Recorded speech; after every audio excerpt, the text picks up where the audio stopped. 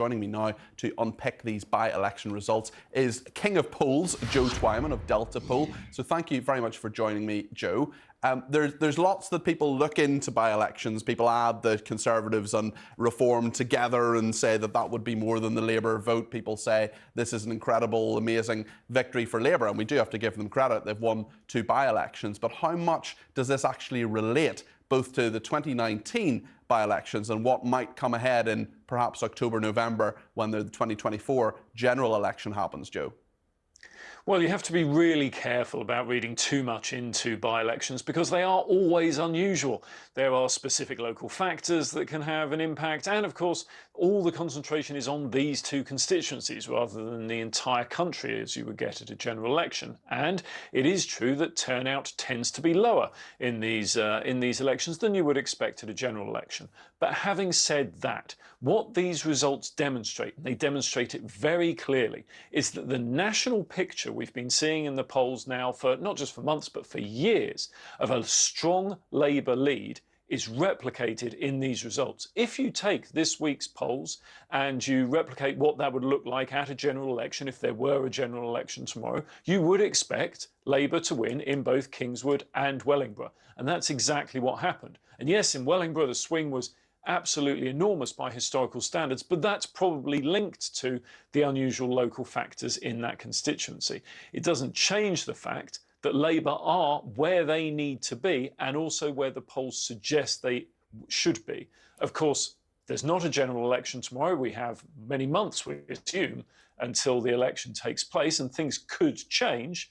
But certainly off the back of the news of a recession this week, it's not good news for Rishi Sunak.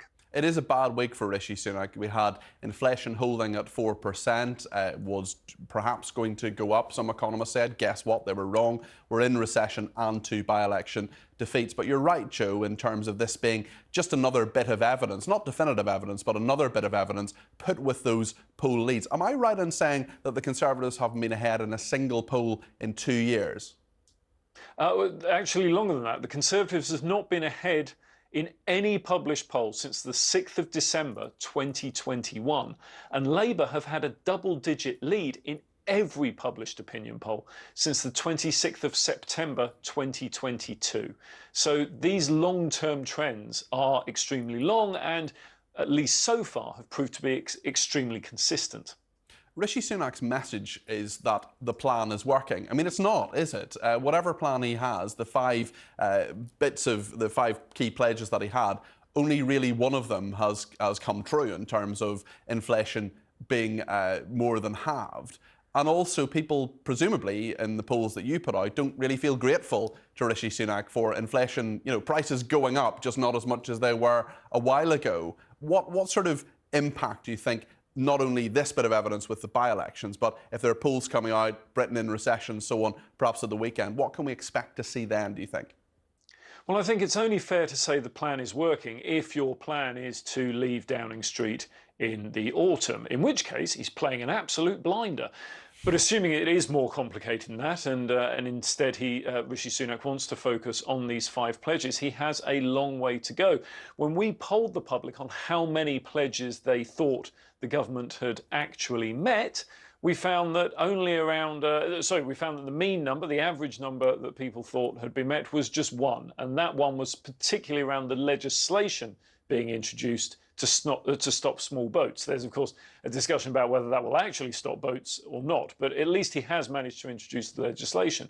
When it comes to the economic indicators, so growth, reducing inflation, the public don't believe that he has achieved his promise on that, and that's a real problem. Because when you look at the... Sorry, Joe, sorry to interrupt you. I just want to ask you very, very briefly about Reform, because they came 3rd in both constituencies. 10% in Kingswood, 13% in Wellingborough. Are they now an electoral force to be reckoned with? Well, it depends how you define an electoral force. I don't think they're still in a position where they could win in any constituency, but they have grown noticeably since their previous by-election performances, and again, much like Labour, are now broadly in line with what the national polling suggests. And so that could certainly cause damage to the Conservatives from the right of the political spectrum, as Labour causes them damage from the left. And that pincer movement could spell disaster come the election in what we assume will now be the autumn. OK, Joe, thank you very, very much indeed. That's Joe Twyman there, king of polls.